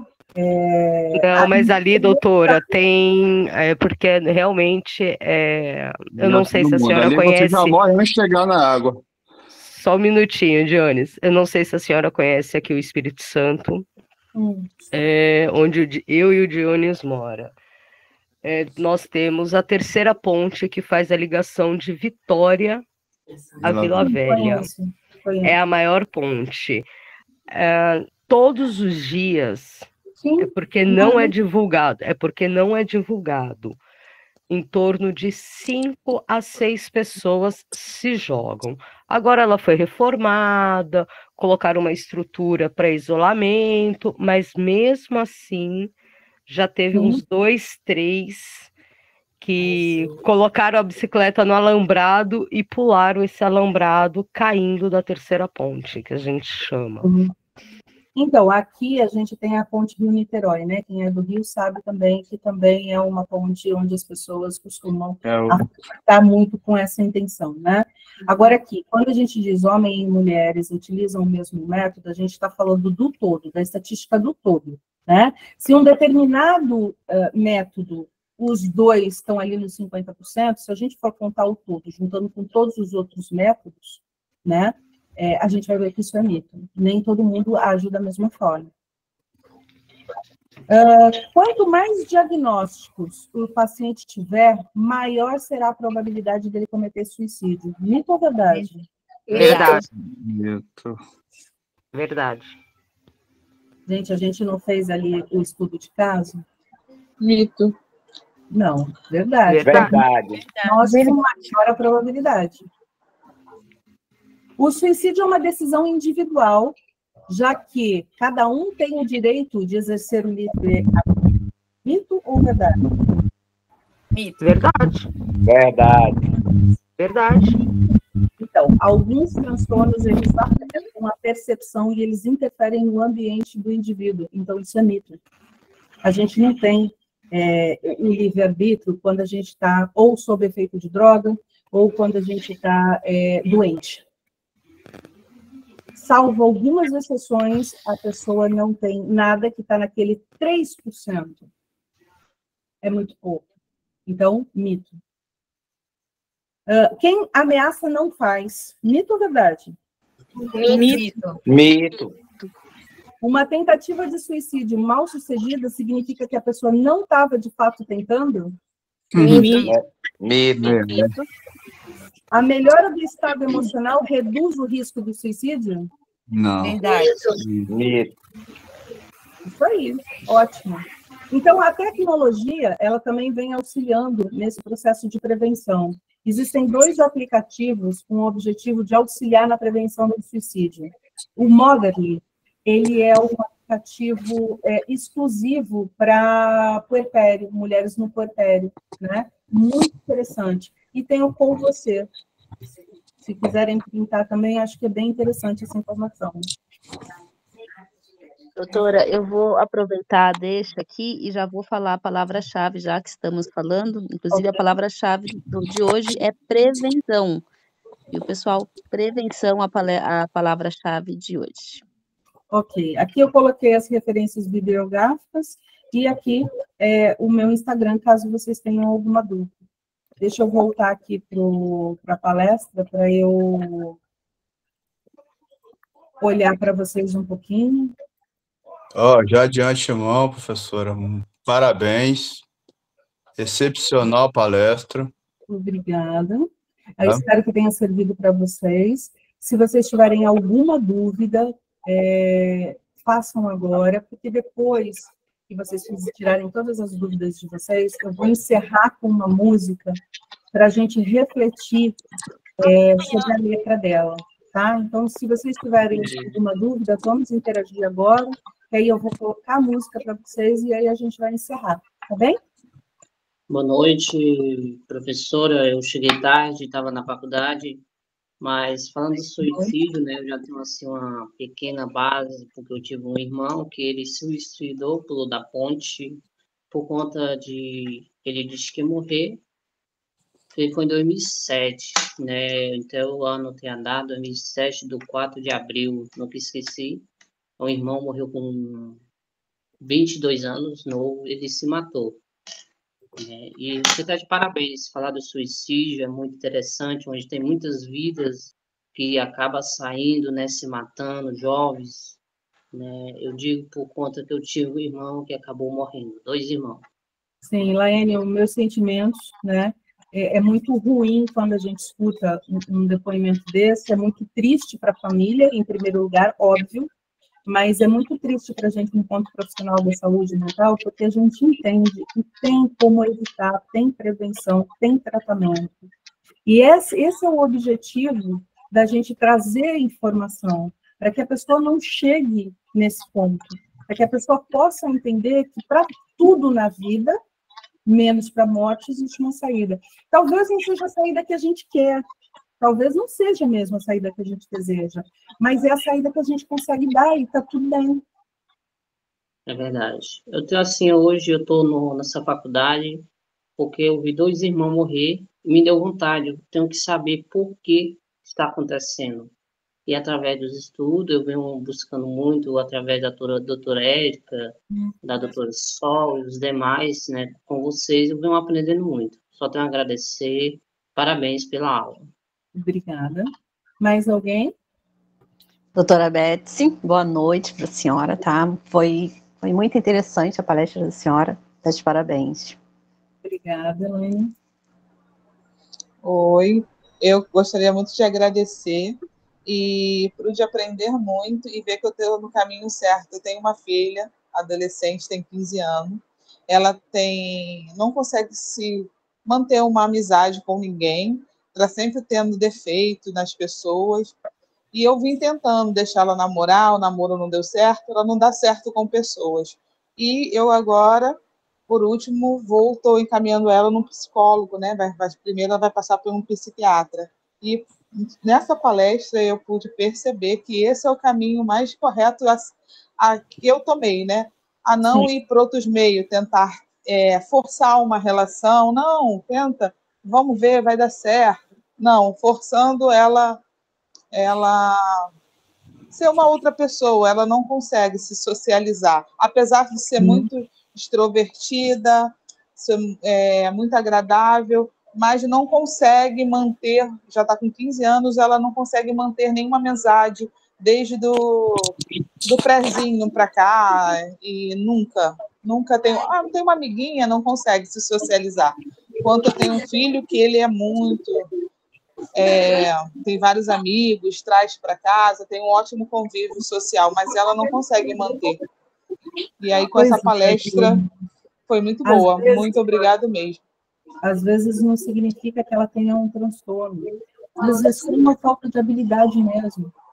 Às vezes também, aquele adolescente, aquela criança, a gente pensa que conta tudo, mas às vezes não contam. Às vezes ela pode estar passando uma situação na escola, pode ter passado, às vezes ela pode estar passando alguma situação que ela não sabe como falar, ela não sabe o que ela está sentindo, ela não sabe como conduzir aquilo, e às vezes a gente, como pai, se sente meio super-herói, né? Eu dou conta disso, meu filho tem que contar comigo, mas infelizmente não é sempre assim que funciona. Às vezes a gente precisa dar o braço a torcer e falar, eu não consigo lidar com isso, vou pedir ajuda. Exato. Nós somos impotentes e incapazes. Esse é o primeiro princípio que a gente está. Para muita coisa, nós somos impotentes e somos incapazes. Não adianta a gente querer dar conta de tudo, porque a gente acaba adoecendo junto. A gente vê as nossas limitações. Assim como pessoas vão precisar de criminólogos, pessoas vão precisar de psicólogos, de psiquiatras, de neurologistas, de ginecologistas, as especialidades, o estudo, a ciência, está tudo aí a favor da gente. Por que a gente vai lutar contra isso? Exatamente. E eu consegui através da escola. Ela estuda em colégio público, eu relatei alguns fatos, né? Inclusive que o pai dela, que abandonou, né? Arrumou outra família, arrumou outra filha e não dá nenhuma atenção devida a ela. E aí, por esse e outros motivos, aí ela me deu um encaminhamento e eu estou conseguindo tratar ela no SUS. E estou gostando muito, tem palestra, tem tudo isso aí. Ginecologista, tudo, eu achei muito bom. Fiquei muito feliz. Você realmente está no caminho certo, irmão. Exatamente. Que ela consiga treinar essa habilidade dela, ou que ela consiga descobrir o que está impedindo ela de evoluir e siga em frente. Obrigada. E com a sua ajuda foi maravilhosa, porque eu consegui entender. Isso não tem muito tempo não, tá? Tem uma semana só. Porque até então eu vivia com muitas interrogações, sem ter um rumo acertado, né? E aí, com muita... estudando também perícia, né, essas coisas todas, eu pude entender o quanto é importante o psicólogo, um tratamento, né? Para nos entender melhor. É isso aí. Obrigada. Alguém mais? Oi, boa noite. Boa noite. Bom, meu nome é Daniele e eu vi alguma colega comentou aqui, eu não li o que ela comentou, né, porque eu estava fazendo aqui, mas alguém estava comentando em apoio.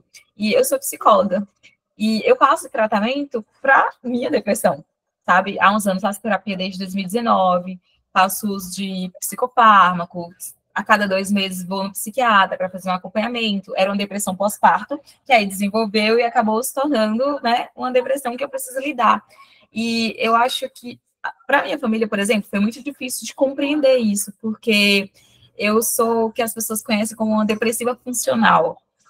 Então, embora tenha toda aquela dificuldade, eu estou sempre no trabalho, eu estou sempre ajudando as pessoas. E aí, a parte de socialização ficou bem mais afetada, porque eu prefiro me retrair um pouco mais, me expor a situações sociais. Acaba sendo muito desgastante, os estímulos, sabe? A questão de interagir acaba sendo muito cansativo. Mas, vou me falar aqui, porque ela falou como se tivesse a questão da vergonha mesmo que a gente sente, né? Inclusive, quando eu falo que eu sou uma profissional de saúde mental com problemas de saúde mental, tem toda essa questão de estigma dentro da área, o modo como a gente fala, até para a gente pedir ajuda, as pessoas olham. Então, assim, eu vim falar mais para incentivar, sabe, as pessoas a buscarem ajuda, porque ninguém está isento de passar por esse tipo de situação, independente de formação, condição financeira, não escolhe, sabe? Claro que as questões sociais, elas afetam muito, no nível que isso vai atingir sua vida, mas ninguém está isento. É isso aí, muito obrigada, Daniela. Eu acho muito importante a gente falar que profissionais de saúde mental também adoecem mentalmente, até porque médicos também adoecem fisicamente, e nutricionistas às vezes não estão dentro do padrão, e está tudo bem. Mais alguém, gente? Sim. Doutora, Tem boa alguém? noite, com a sua licença. Pera, Cláudio, eu acho que é Tamires e Daniele estão com a mão levantada. Tamires, quer falar alguma coisa? Boa noite a todos. Agradecer primeiramente a palestra, foi maravilhosa, é muito gratificante participar e receber informações tão útil para a gente no dia a dia, para a gente utilizar tanto com nós mesmos, né, mas com os nossos parentes, nossos amigos, e muitas vezes a gente está feliz, está num ambiente descontraído, mas muitas pessoas não sabem o que de fato a gente passa dentro da nossa casa e muito menos dentro da nossa cabeça. Eu sou mãe de 2, recentemente minha filha fez 1 ano, e a Daniele falou sobre depressão pós-parto. Eu não fui diagnosticada, mas por ler, por ter estudado, né, nessa segunda gestação, eu tive a oportunidade de descobrir que eu estou com uma crise de ansiedade, de identidade. Então, isso resulta em muita ansiedade, né?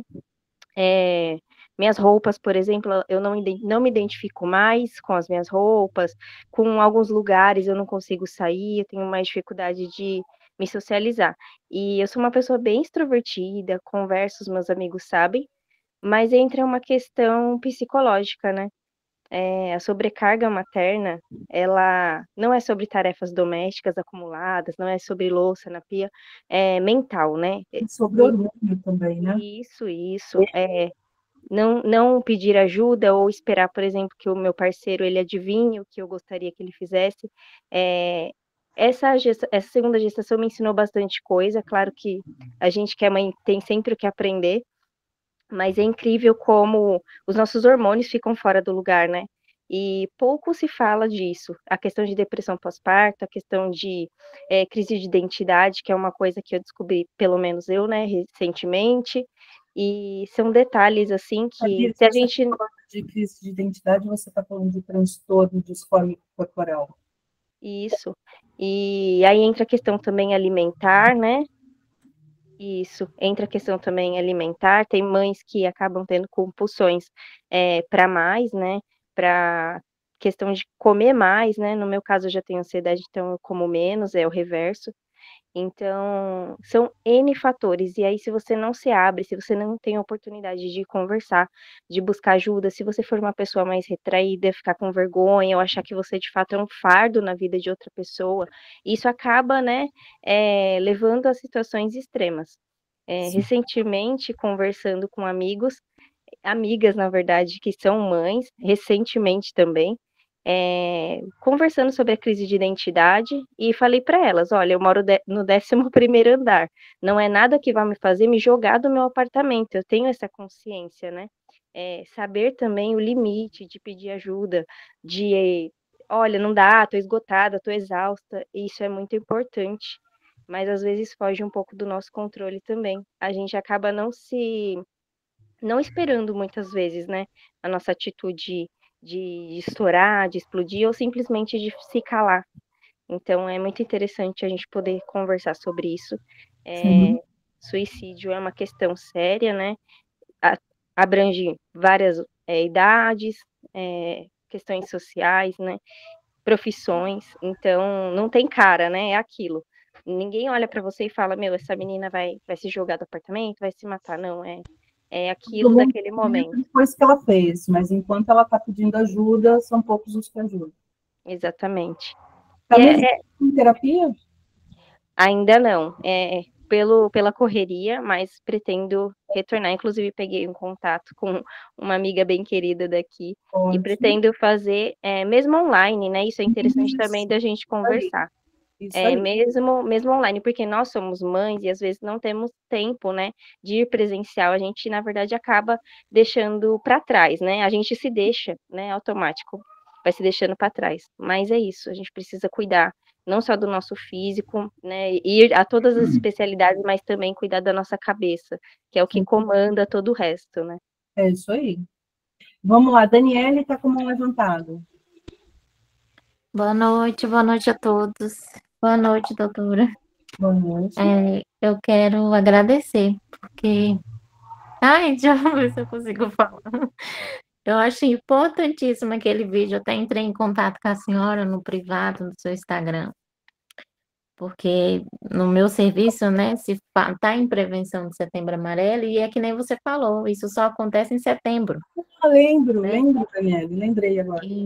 Isso só acontece em setembro, então nos outros meses, né, é besteira, é falta de Deus, é mente fraca. E recentemente eu passei por uma provocação muito grande no meu serviço, e como eu já fiz psicóloga no meu serviço, né, uma colega se sentiu no direito de falar que eu sou louca e que eu deveria voltar para psicóloga. E eu me senti totalmente desprotegida, porque eu entrei em contato com a gestora, e a gestora não fez nada a respeito, pelo contrário, ela me causou uma pressão psicológica maior. Ela falou que se fosse atrás de toda a história, iria envolver muita gente, né? Porque começou com uma fofoca no serviço, e enfim, até essa colega chegar com esse desaforo.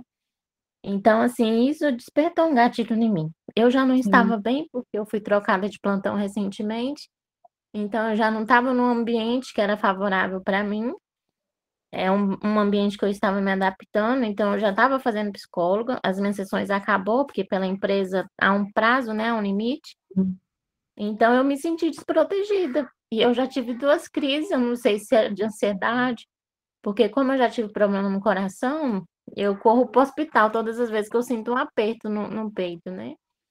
E nessas 2 vezes que eu fui para o hospital, eu fiz eletro e não deu sinal de nada, graças a Deus. Sim, Mas então, eu não tenho vontade de ir para o serviço mais, sabe? Eu agora iniciei um tratamento de dente só para não ter que ir para o serviço. Sim. Porque eu estou me sentindo, toda vez que eu vou, eu choro, eu tenho crise dentro do banheiro. Eu era uma pessoa totalmente diferente, né? No meu plantão era bem animada, bem brincalhona. E aí, nesse plantão, eu não consigo me desenvolver, eu não consigo, né? Ainda mais depois disso tudo, eu me senti bem desprotegida, bem... Sim, eu estou vendo a sua angústia, né? Eu estou vendo que você realmente está muito ansiosa com isso tudo, muito deprimida também, né, pelo seu relato. Então, se precisar, não hesita, pede ajuda. Daniele, você tem 8 minutos? Eu sim. Então, caso você queira conversar, me procure. Sim. O que eu achei mais agressivo, assim, foi porque as pessoas que vieram conversar, elas falaram assim, né? Eu não acredito que isso vai deixar atrapalhar todo o seu serviço. Eu não acredito que por causa disso você quer mudar de plantão ou talvez até sair do serviço. Então, assim, as pessoas minimizam muito o que os outros sentem, sabe? É o que nem a senhora falou. O que talvez seja pouco para você é um gatilho para outro, né? Tem um valor muito maior para o outro. Sim. Eu aprendi isso hoje, você acredita? Essa questão do 8 minutos, doutora? Porque tem amigos que às vezes você tem amigos o suficiente que não tem tempo para conversar com você. Mas não existe você não ter 8 minutos da sua vida para conversar com uma pessoa que realmente precisa ser ouvido. Sim. Eu tenho certeza que você tem 8 minutos. Estou vendo muita gente se oferecer, acho bacana isso. Só que, Daniela, a gente precisa ter consciência que as pessoas têm limitações, né? Então, elas podem te ouvir sim, mas elas não vão poder resolver o problema. Então, você vai precisar procurar ajuda, tá? Uma ajuda especializada. Sim. Tá bem? Nesse caso também, né, doutora, entra o burnout, né? Oi? Nesse caso também tem aí o burnout, né? Não, gente, burnout é um diagnóstico bem complicado, né? A gente precisa ver se não haviam transtornos anterior ao trabalho. A gente precisa entender o que aconteceu na relação de trabalho para a gente poder fechar um diagnóstico, né? Nenhum diagnóstico em saúde mental é um diagnóstico fácil da gente dar. Eu vejo muita gente falando, não, fulano é bipolar, ciclano é isso, aquele ali, ele é borderline. Gente, Verdade. se nem a gente consegue fechar um diagnóstico escutando o paciente pela primeira vez, é muito difícil quem não seja da área arriscar um diagnóstico. Os transtornos, eles têm sintomas muito parecidos. O que você vê em ansiedade, por exemplo, você pode ver em depressão. Então, a gente precisa ter domínio sobre isso para a gente poder diagnosticar. E o burnout é um caso mais complicado ainda da gente diagnosticar, porque se houvessem transtornos anteriores àquele trabalho, a gente não pode jogar tudo na conta do trabalho. A gente pode entender que o trabalho agravou, foi um gatilho, mas existem coisas pregressas que precisam ser analisadas. É verdade. Hoje a gente tem essas informações livremente, né, na internet, então as pessoas assimilam muito isso. Eu estou passando por um problema no trabalho, então estou sofrendo burnout, então vamos entrar com o processo. E é tudo uma questão de uma avaliação muito, muito rígida. Mas é interessante, porque eu sempre falo isso, né? Você pode até tentar um diagnóstico pelo Google. Sim. Só que o importante não é o diagnóstico, o importante é o tratamento. É verdade. Isso aí. Então, de qualquer forma, você vai precisar de um profissional para te diagnosticar e para Verdade. Então, não adianta eu tenho isso, é porque eu tenho aquilo, isso aqui é o meu TDAH falando. Gente, não, por favor. A gente precisa entender que a saúde mental é uma coisa muito séria. Se, às vezes, até o próprio profissional da área da saúde, ele tem dúvida, quem dirá você conseguir olhar tudo aquilo? Porque se você for olhar no Google, você tem tudo aquilo. Inclusive. Você tem tudo. Verdade. É isso aí. Vamos lá, tem Angeline com a mão levantada. Boa noite, Boa noite, doutora. Boa noite. Boa noite a todos. Aqui é só um momento de agradecimento mesmo pela palestra, rica de muitos detalhes, né? Agradecer por estar aqui passando o seu conhecimento, né? E acredito que eu, pelo menos, e todos aqui, acredito que estamos aprendendo muitíssimo pela sua palestra. E aqui eu, como os outros colegas aí, iremos levar, né, esse conhecimento às pessoas, tentando ajudá-las, né, da melhor forma possível. Agradecer mesmo, porque eu acredito que todos têm um caso, têm um relato, todos nós temos perto da gente uma pessoa que necessita, né? Eu mesmo tenho filhos adolescentes que passam por o caso parecido da colega, aí também tenho filha de 13, outros de 16, que problemas de convívio social, isso a gente vai lidando, tem escola, tem vizinho, tem família mesmo, dentro da nossa casa. Então, sempre temos pessoas, né, que tá precisando aí da gente de uma forma, direta ou indiretamente. E aqui, os ensinamentos que ela está nos passando é riquíssimo mesmo, valioso mesmo. Quem sabe, né? Quem sabe não acredito que nós aqui possamos ser, como um colega citou aí, anjos, né? Quem sabe aqui uma palavra, 8 minutos de conversa com alguém não vai ajudar, né? Posso ajudar pessoas a tirar um pouco essa ideia de suicídio, que, como a senhora já enfatizou aí, não é uma besteira, não é nada que a gente tenha que estar julgando, né? Mas sim ajudando, estendendo as mãos, o coração. E é isso, é agradecer pela riquíssima palestra, como sempre, a senhora 10 mesmo. Sigo sempre suas palestras e é maravilhosa. Parabéns, parabéns mesmo. E só gratidão por a senhora existir e trazendo seus conhecimentos aqui perante nós. Obrigada. Bom, doutora? Estou no Instagram, aproveita, segue lá, que sempre tem dicas sobre saúde mental. Eu vi antes de chamar a Luciana, que está com a mão levantada, eu vi uma perguntinha assim subindo. Qual a diferença do transtorno afetivo bipolar para transtorno bipolar? Gente, não tem diferença nenhuma, a gente só abrevia às vezes, tá? Mas transtorno afetivo bipolar é a mesma coisa que transtorno bipolar, tá? Ótimo, tá bom. Luciana, Obrigada. vamos lá? Eu que agradeço. Oi, boa noite. Boa noite. Então, é só para enfatizar o que a doutora havia dito em relação ao diagnóstico, que até mesmo os próprios profissionais de saúde não dão um diagnóstico, não podem dar um diagnóstico preciso sem antes fazer uma pesquisa, né, ter todo um trabalho para estudar cada caso um caso. Então, a minha filha, ela foi tratada, ela foi diagnosticada primeiro não como um transtorno de personalidade, e sim esquizofrenia e bipolaridade.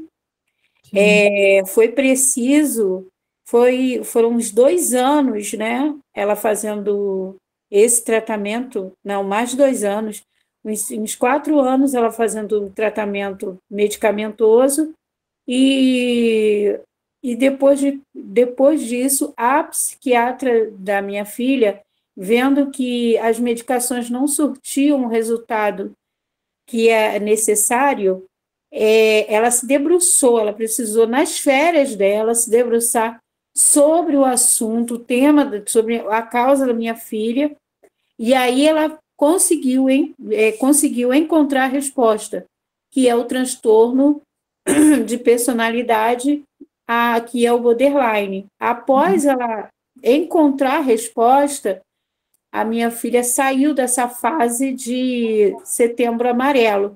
Eu não costumo usar a palavra suicídio, eu prefiro usar a palavra setembro amarelo.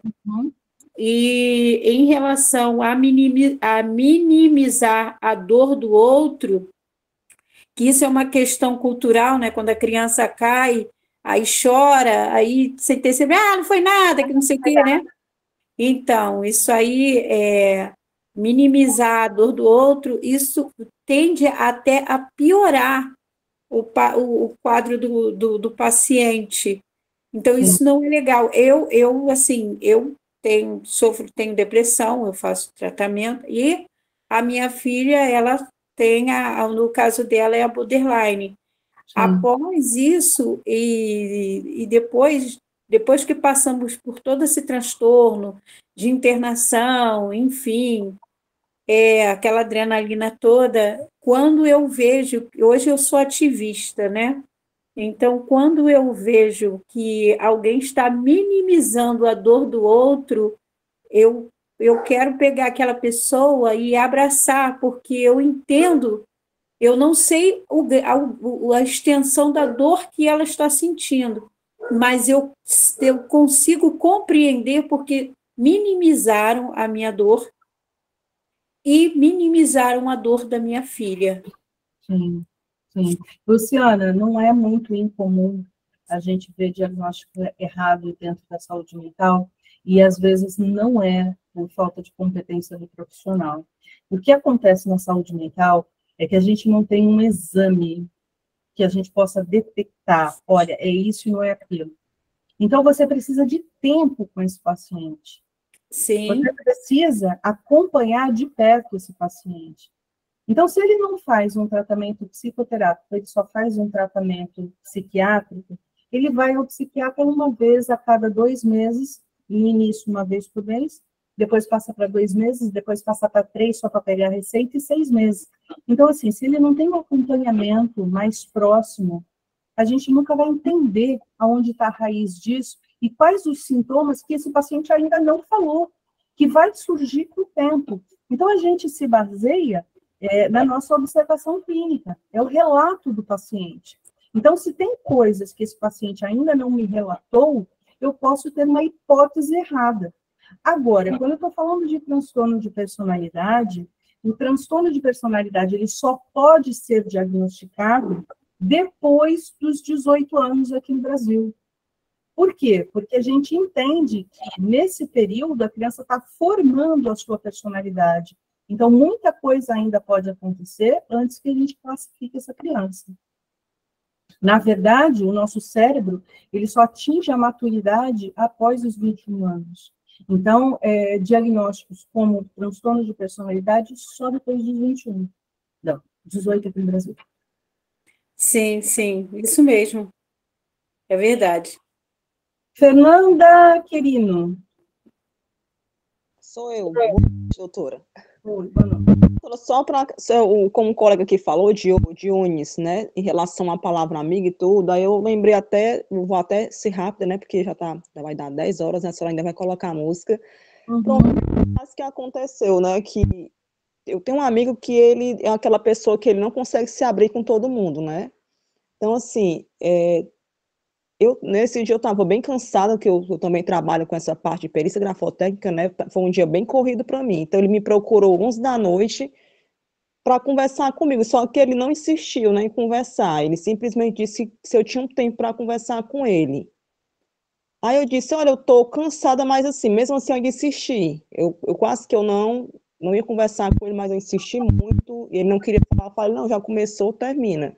Então, nessa história, a gente conversou até 1 da manhã, e ele se abriu, né? Realmente contou coisas que eu fiquei assim, abismada, porque eu, assim, não pela situação dele, sim, se eu tivesse deixado de conversar com ele, sabe? Tipo, ele até comentou comigo que ele pensou até em suicídio.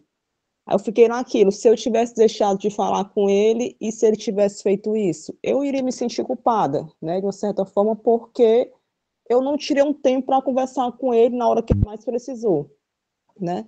Então, assim, eu conversei muito com ele, eu faço terapia, né, eu aconselhei a ele, eu disse, olha, você deveria procurar ajuda que você está precisando. Ele tem depressão, tem ansiedade, pensou nisso também. Então, assim, doutora, eu fiquei muito feliz que essa semana ele me procurou, que a vida dele, assim, deu uma volta, mudou totalmente, né? Ele voltou a correr, ele voltou e disse, Fernanda, eu acho que eu estava morto por dentro. Depois que eu comecei a terapia, eu agora me tornei outra pessoa. Uma grande luz, muito feliz por ele. Só dessa conversa de abrir a mente dele, porque muitas pessoas têm aquele preconceito, aí eu não vou fazer terapia porque é coisa de gente louca, isso, aquilo, outro, e ele mesmo era essa pessoa preconceituosa, né, que não aceitava que ele estava com problemas e que ele precisaria de ajuda. Então, assim, eu fiquei feliz pela conversa que tivemos, que eu abri a mente dele. E hoje em dia ele disse que a melhor coisa da vida dele foi estar fazendo terapia. E também acrescentar que realmente a sua palestra foi excelente, viu? Não só agradecer, muito conhecimento adquirido, e é isso. Obrigada. Antes de chamar mais alguém, eu vi aqui que tinha uma pessoa que colocou qual o exame para detectar transtorno afetivo bipolar. Não tem exame. Ah, mas e a dosagem do lítio? O lítio é um componente químico que existe na medicação, e ele tem que estar dosado no seu organismo para que você não tenha prejuízos com isso. Então, não tem nada a ver uma coisa com a outra. A dosagem não é o resultado de um exame. Não existe exame para o principal. Doutora, só mais uma pergunta, já que a senhora mencionou, porque eu também tenho bipolaridade, certo? Até, inclusive, eu faço psicoterapia.